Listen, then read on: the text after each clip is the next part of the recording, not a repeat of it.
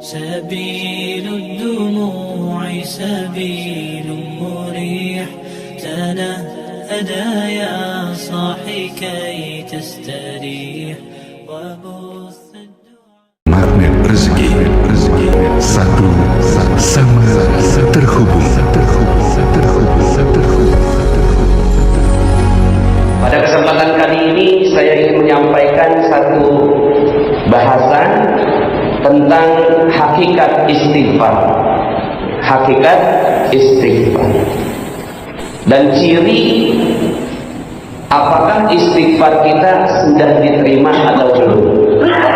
Karena kadang-kadang begini, kita kadang-kadang sudah istighfar, tapi kita belum tahu apakah Allah sudah terima atau belum. Apakah ini sudah memenuhi standar istighfar atau belum? Karena dalam materi-materi yang juga pernah saya sampaikan di masjid ini, istighfar adalah pintu untuk dapatkan segala sesuatu yang diinginkan oleh kita. Ini istighfar, kuncinya, ya. Misalnya mau minta kerjaan, istighfar. Mau minta sehat, istighfar. Mau minta jodoh, istighfar. Mau beli mobil, istighfar, ya. Mau dapat presiden yang bagus, istighfar, ya. Ya. Kuncinya istighfar. Dalam Al-Quran, dalam surat Nuh, A'udzubillahi minasyaitonir rajim, فَقُلْتُ اسْتَغْفِرُوا رَبَّكُمْ إِنَّهُ كَانَ غَفَّارًا يُرْسِلِ السَّمَاءَ عَلَيْكُمْ مِدْرَارًا وَيُمْدِدْكُمْ بِأَمْوَالٍ وَبَنِينَ وَيَجْعَلْ لَكُمْ جَنَّاتٍ وَيَجْعَلْ لَكُمْ أَنْهَارًا. Itu dalam surat Nuh 10, 11, 12. Maka minta ampunlah kalian kepada Allah dengan sebenar-benarnya minta ampun. Bukan cuma sekedar minta ampun yang biasa, ya, tapi minta ampun yang diterima oleh Allah Subhanahu wa taala.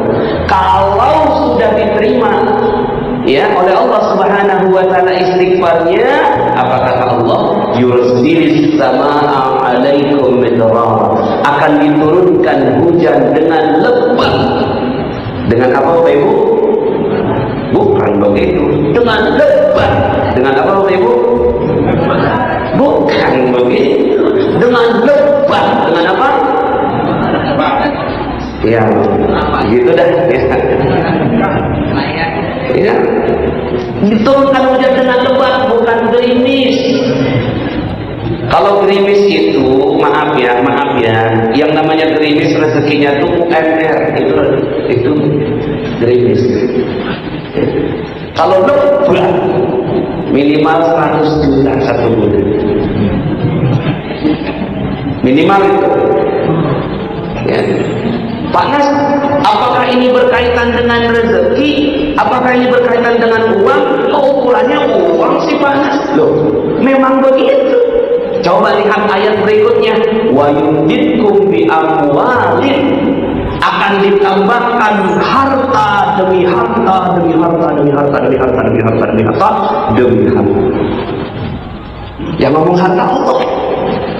Ya, lihat konteksnya. Minta ampun sama Allah, dikasih segala sesuatu, dia adalah kunci segalanya. Setelah itu wa yumdidkum, akan ditambahkan. Sebenarnya namanya ditambahkan itu kan banyak. Wa yumdidkum bi amwal, dengan harta bentuknya jamak. Ya. Bentuknya jamak, berarti berapa banyak hartanya? Banyak. UMR banyak. Banyak. Jadi kalau rezeki kita masih UMR, artinya apa? Bukan pemerintahnya nggak sanggup bayar, bukan karena perusahaan nggak sanggup bayar, bukan karena ekonomi lagi nggak bagus, bukan. Tapi karena ada dosa. Udah gitu aja. Jadi kalau ada yang datang katanya, Pak Mas, kenapa ya utang saya nggak lunas-lunas? Saya tanya, ada dosa enggak? Ya adalah panas, ya udah hilangin dulu. Emang cuma gitu? Iya. Orang ayatnya begitu kok. Ya.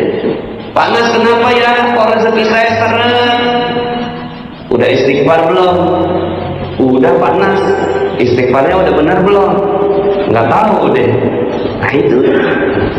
Karena kalau udah ciri nih, keluarga nggak harmonis, anak ngebantah terus, kemudian ya lingkungan jadi nggak bagus, hati nggak nyaman, gaji nggak naik-naik, proyek nggak jalan, cuma satu sebabnya. Apa? Dosa. Siapa yang ngomong? Allah. Dalam surat 71, 10, 11, 12. Halo? Kalau tanya halo, jawabannya hai boleh. Halo? Hai.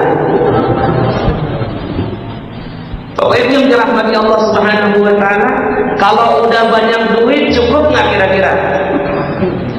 Sebenarnya cukup. Apapun kalau udah duit banyak mah beres. Betul nggak? Halo? Allah yang ngomong, bukan saya. Ya. Ustaz, di Ustaz yang sana katanya jangan nyari duit. Iya, jangan nyari duit kalau caranya nggak benar. Tapi kalau caranya benar, yaitu minta ampun kepada Allah, nggak pernah orang ada ayatnya. Tapi mintanya benar, caranya benar, yaitu dengan beristighfar, dengan minta ampun. Lah, kalau masih ada dosa, ya mana mungkin Allah mau kasih rezeki? Ya. Mana mungkin Allah mau kasih kelezatan dalam beribadah? Mana mungkin Allah kasih hati ini terang? Nggak mungkin dia bisa nangis dalam sholat, baca Al-Quran jadinya nggak nikmat kalau ada dosa. Ya.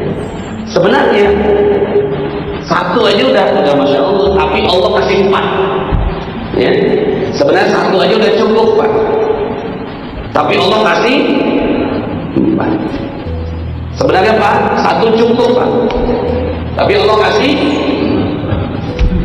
Sebenarnya Pak, satu cukup Pak, tapi Allah kasih. Oh maksudnya apa? Ya begitu. Satu cukup, tapi Allah kasih. Allah kasih pertama harta, wa yumditkum bi amwalin. Yang kedua, wa yaj'al wa yumditkum bi amwalin wa banin, dan anak-anak. Anak-anak ini bukan hanya anak pribadi, anak biologis, tapi anak perusahaan, anak cabang. Kemudian wa yaj'al lakum jannatin, dan Allah tambahkan kebun-kebun, bisnis sampingan yang menghasilkan, ya, yang enggak perlu kamu yang ngurus. Wa yaj'al lakum anhara, dan Allah kirimkan kepadanya sungai-sungai yang mengalir di antara kebun itu yang kamu enggak perlu menyiraminya. Allah ya satu cukup, tapi Allah kasih.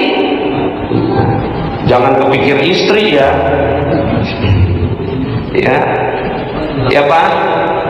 Satu cukup, Allah kasih. Ya. Kenapa diulang-ulang? Supaya seru. Kan ngisi di jam segini ini masih antara tidur sama sadar. Halo? Nah, sekarang bagaimana caranya supaya dapatkan yang 4 tadi? Rezeki banyak, anak berlimpah. Tuh, anak berlimpah. Sekali lagi bukan cuma sekedar anak biologis, anak buah, anak perusahaan, anak cabang, ya. Kemudian ya bisnis sampingan, dan juga dapatkan ya orang yang mengatur semuanya. Rezeki kita mengalir tanpa batas. Siapa yang mau? Kalau mau angkat tangan. Kayaknya nggak ada yang mau. Siapa yang mau katakan saya. Kayaknya nggak ada yang mau. Ya. Hah? Iya. Dalam hati aja. Dalam hati ya, siap. Kalau gitu saya materinya dalam hati aja. Siap. Bapak Ibu yang dirahmati Allah Subhanahu wa taala, maka sekarang bagaimana caranya supaya kita mendapatkan istighfar yang benar? Maka kita belajar tentang hakikat istighfar. Ya. Nah, Nah, Bapak Ibu yang dirahmati Allah Subhanahu wa taala, terkadang begini, seluruh persoalan dimulai dari karena kita nggak tahu betul apa hakikat istighfar. Seluruh persoalan, ya, seluruh persoalan dimulai dari karena kita nggak tahu hakikat istighfar yang benar, dan seluruh solusi dimulai dari pemahaman tentang hal ini. Nah, jadi penting sekali materi ini, ya. Insya Allah penting sekali materi ini. Kalau Bapak Ibu menjalankan materi ini, saya jamin insya Allah biiznillah langsung selesai semua. Tapi kalau benar-benar dijalani, insya Allah. Nah, Bapak yang dirahmati Allah, saya bercerita dulu, boleh? Jadi misalnya begini, ada pembunuh berdarah dingin, telah membunuh 10 orang. Ketika dia udah membunuh 10 orang, terus kemudian diwawancara, kenapa sih kamu tega membunuh 10 orang? Apa kata si pembunuh berdarah dingin ini? Kata dia, ya, saya udah kasih garis, siapa orang lewat garis saya tembak. Ada orang 1 lewat, saya tembak, orang 2 lewat, saya tembak, orang 3 lewat, saya tembak, 10 lewat, saya tembak semua. Sekarang saya mau tanya, yang salah siapa? Kan saya udah bilang, siapa yang lewat garis ini saya tembak. Nah, sekarang mereka yang lewat, berarti yang salah siapa? Yang lewat. Itulah karakter pembunuh berdarah dingin, selalu mengatakan dirinya benar, orang lain walaupun jelas-jelas dia itu salah. Ternyata sifat pembunuh berdarah dingin ini bukan hanya dimiliki oleh mereka, tapi rata-rata manusia yang punya persoalan, rata-rata manusia yang punya persoalan hidup, prinsipnya begini, yaitu saya benar, orang lain salah. Saya benar, orang lain salah. Saya benar, orang lain salah. Saya benar, orang lain salah. Dan semua solusi hidup dimulai dari kebalikannya. Kebalikannya apa? Saya salah, orang lain benar. Siapa mau dapat solusi di sini, katakan saya. Jawabnya pakai hati aja, ya. Maka kalau seandainya mau benar-benar, hakikat istighfar adalah membalik prinsip ini. Saya salah, orang lain pasti benar. Boleh diulangi? Contoh, suami minta bikinin kopi sama istri, mama tolong bikinin kopi.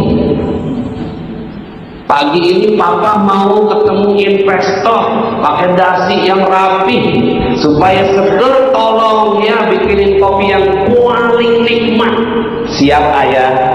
Pas dibikinin, diminum rasanya asin. Ternyata tuh istri, ya, antara gula sama garam berdampingan, diambil garam 2 sendok teh, 2 sendok makan.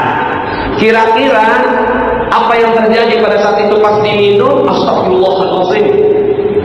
Ya, yang salah siapa? Yang salah siapa?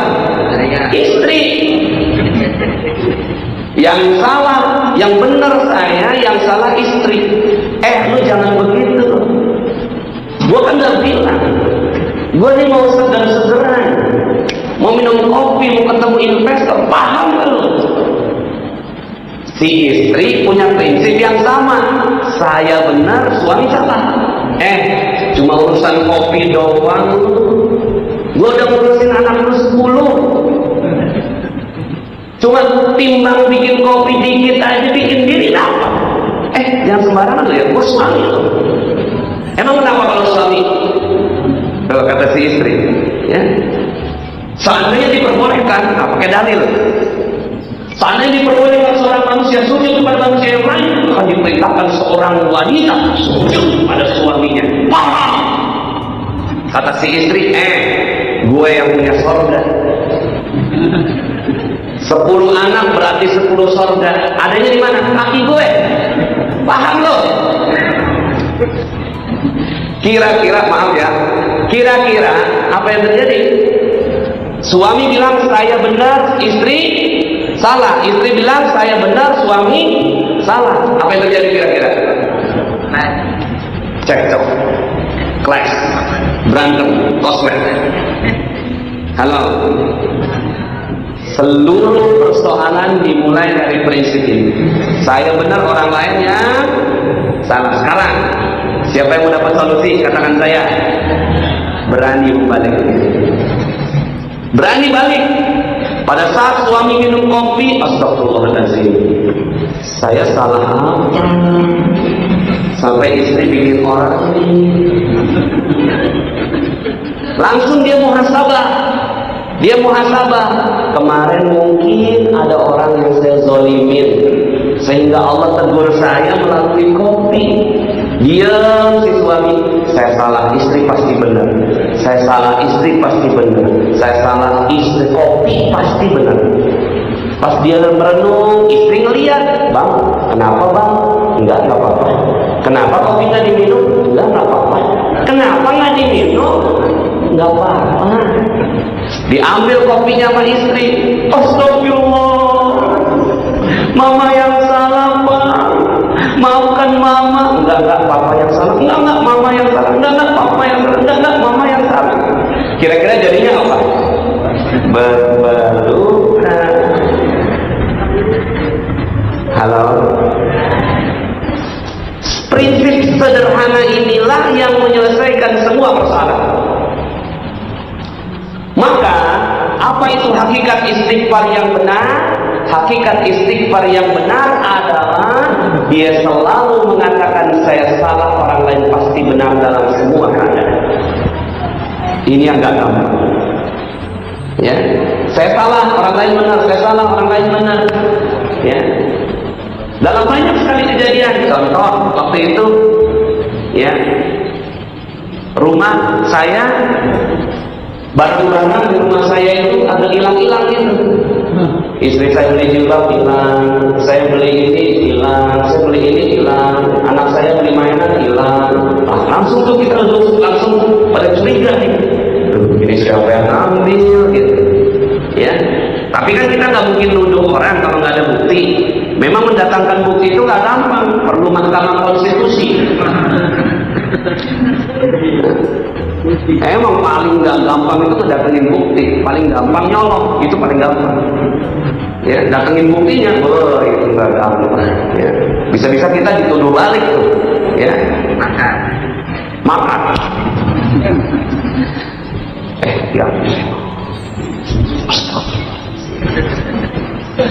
Jadi Bapak Ibu yang dirahmati Allah Subhanahu wa taala, apa yang terjadi?